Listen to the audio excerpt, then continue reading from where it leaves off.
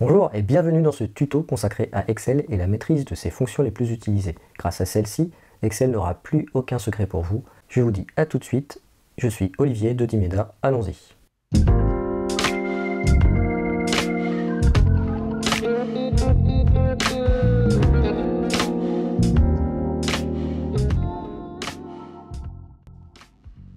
Allez, c'est parti. Nous commençons par la formule la plus simple, c'est-à-dire la somme. Donc, vous placez en bas d'une colonne numérique, surtout. Là, c'est du financier, mais c'est pareil, ça fonctionne, c'est considéré comme du numérique. Faites somme, entrée, et vous sélectionnez la zone souhaitée. Hop, finissez par parenthèse, et c'est bon. Voilà. Ensuite, il y a une solution pour les plus feignants, les plus rusés, on va dire. Vous allez en haut à droite et vous avez somme automatique, le epsilon là. Vous cliquez tout simplement dessus et voilà, Excel va détecter automatiquement la somme que vous voulez. Voilà, donc c'est fini pour les sommes.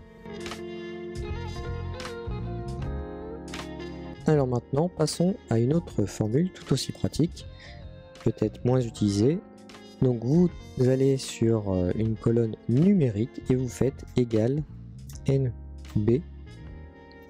Vous ouvrez la parenthèse, vous choisissez la zone et vous fermez la parenthèse. Voilà, vous avez 10. On a bien 10 lignes ici, 10 cellules à compter.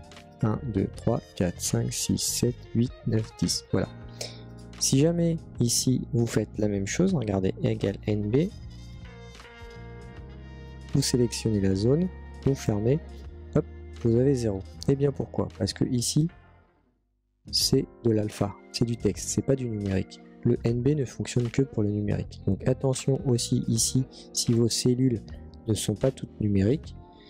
Voilà, donc là, vous allez faire en fait l'autre formule, c'est-à-dire que vous faites le NB val, et hop, vous avez 10. Ici, si jamais vous faites aussi NB val, regardez ce qui se passe, ben, ça marche tout le temps. Donc je vous conseille de plutôt utiliser NB val plutôt que NB.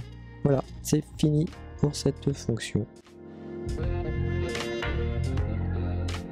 Là, nous allons faire la moyenne. Pareil que précédemment, vous mettez en bas de la zone, la plage, on va dire, que vous voulez moyenner. Hop, vous faites, hop, vous choisissez la zone, vous faites entrée, et voilà. Vous voyez, j'ai pas mis la parenthèse à la fin. Excel est bien sympa, il me l'a rajouté pour moi. Il a bien compris ce que je voulais faire. Voilà, on passe à la suivante. Deux formules relativement simples, la formule minimum et la formule maximum. Donc vous faites tout simplement égal min, vous avez compris, vous sélectionnez la zone que vous voulez traiter, vous faites entrée, et pareil en dessous, là vous faites égal max, la parenthèse et la zone. Hop, c'est pas compliqué. Vous voyez, vous avez le minimum et le maximum de cette zone. Alors là, nous allons augmenter le niveau de difficulté. Ça va être un peu plus compliqué à utiliser. C'est la fonction conditionnelle si. Elle prendra en entrée plusieurs paramètres. Il faut bien comprendre l'enchaînement. Nous souhaitons voir si une condition est vraie ou pas. Et dans le cas où elle est vraie, eh bien, nous faisons quelque chose. Et si c'est faux, nous faisons autre chose. Nous posons donc une sorte de question à notre cellule. Vous voyez notre tableau. Donc, nous allons voir avec la colonne E. Nous allons mettre un égal si. Et on va faire un test logique. Alors, le test logique tout simple, c'est homme, voilà, égal homme, point virgule. Alors si c'est égal homme, qu'est-ce que je fais? Je vais dire bleu, tout simplement, point virgule pour passer au paramètre suivant. Donc comme je disais, si c'est vrai, voilà, je fais bleu, et si c'est faux, je fais rose. Entrée, voilà. Ensuite, je prends ça et je tire jusqu'à la fin et vous voyez, quand c'est une femme, c'est rose, quand c'est un homme, c'est bleu. Donc là, vous voyez peut-être un petit peu l'intérêt, mais la force, ça va être en combinant avec d'autres fonctions. Alors j'espère que vous êtes prêts parce que nous allons élever un petit peu le niveau. Alors nous allons combiner les deux fonctions somme et la fonction si. Donc on va se mettre ici et on va faire égal somme si. Donc je veux contrôler cette zone, voilà, cette plage, point virgule, et je veux voir si c'est égal à homme. Et si c'est égal à homme, alors j'additionne. Je vais additionner ça. Hop. Entrée. Voilà. Donc j'ai 9430. Donc qu'est-ce qui se passe? Excel va aller chercher dans cette colonne, la colonne E, voir si c'est homme. Et si c'est homme, elle va additionner ça. Donc elle va additionner là. Elle va sur la suivante, elle va additionner là. Elle va sur la suivante, c'est pas homme. Donc elle va pas additionner ça. Donc pour preuve, regardez. Je vais supprimer 1650. Vous voyez, ça bouge pas. Je le remets. Par contre, hop, là ça bouge. Vous voyez, puissant, non?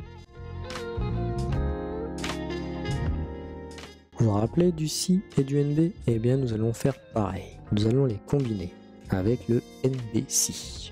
Donc, par exemple, on va compter le nombre d'hommes et de femmes. Regardez. On va faire nb femme, nb homme. Donc peut-être avec un S, ça va être. Oh, ça, voilà.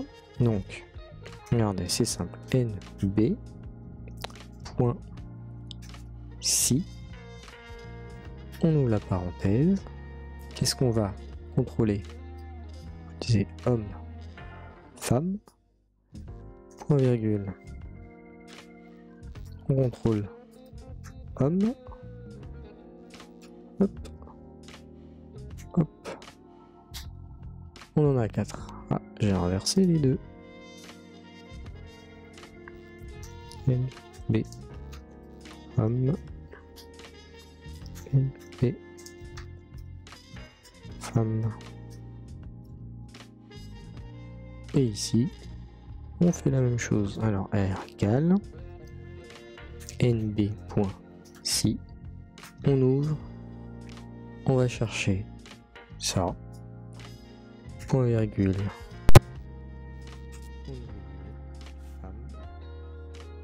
Sans S. Parenthèse. Et voilà, nous avons 6 femmes et 4 hommes. Je suis sûr que vous avez déjà entendu parler de la recherche V. Cette fonction vous permet de retrouver une donnée dans une plage de recherche. Par exemple, trouver dans une entreprise le nom d'une personne à partir de son identifiant ou de son matricule. Pour bien comprendre l'utilisation du recherche V, il faut bien avoir en tête 3 éléments et un optionnel. Premièrement, la valeur que vous recherchez, donc dans notre exemple l'identifiant. Ensuite, là où vous allez rechercher cette valeur, donc ce que j'appelle souvent la matrice, la plage de valeurs. Et enfin la valeur récupérée, ce que vous souhaitez récupérer en fait comme information. C'est pas compliqué, mais c'est tout de suite mieux avec de la pratique. Alors allons-y. Vous voyez depuis tout à l'heure, j'ai mon petit carré ici, recherche. Donc c'était pour cela. Donc imaginons, on va rechercher, je sais pas moi, l'identifiant 5. Ensuite, donc on tape notre fonction. Je vous disais la première valeur, donc la valeur recherchée. On recherche 5. Virgule.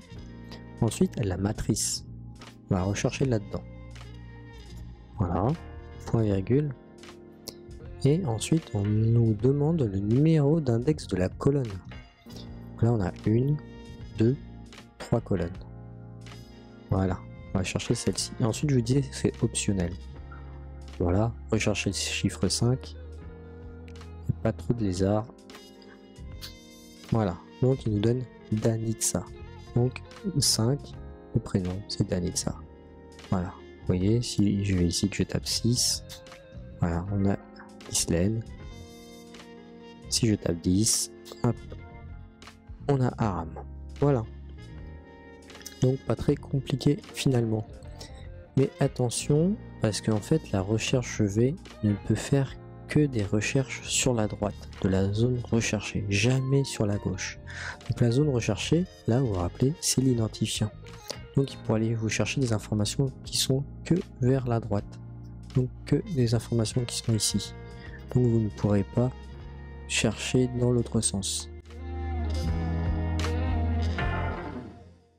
Je vais vous montrer deux fonctions qui seules ne servent pas à grand chose, mais combinées, elles deviennent très puissantes et elles permettront de pallier à notre problème de recherche V qui ne va que sur la droite.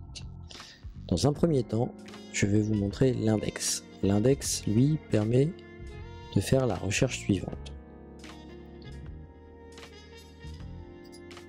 Vous tapez index, voilà, et là vous dites, vous donnez une matrice. Voici, point virgule, et là vous donnez une ligne et une colonne, d'accord? Alors je sais pas, on va faire 4 au pif, point virgule, et encore 4, et parenthèse. Et là vous avez 81. En fait, on a donné cette matrice là, donc c'est là. Ensuite, donc, dans cette matrice, vous voyez, il y a 1, 2, 3, 4, 5, 6, 7, 8, 9, 10 lignes et 1, 2, 3, 4, 5, 6 colonnes. Donc en fait, c'est un peu comme le puissance 4. Et là, vous allez donner en fait les ordonnées et les abscisses et pour avoir 81. Voilà.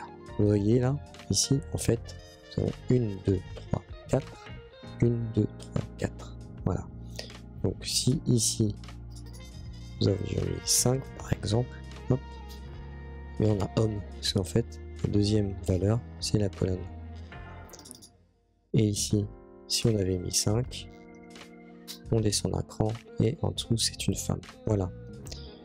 Donc vous voyez la fonction index. Elle ne sert pas vraiment à grand chose toute seule, mais vous allez voir prochainement.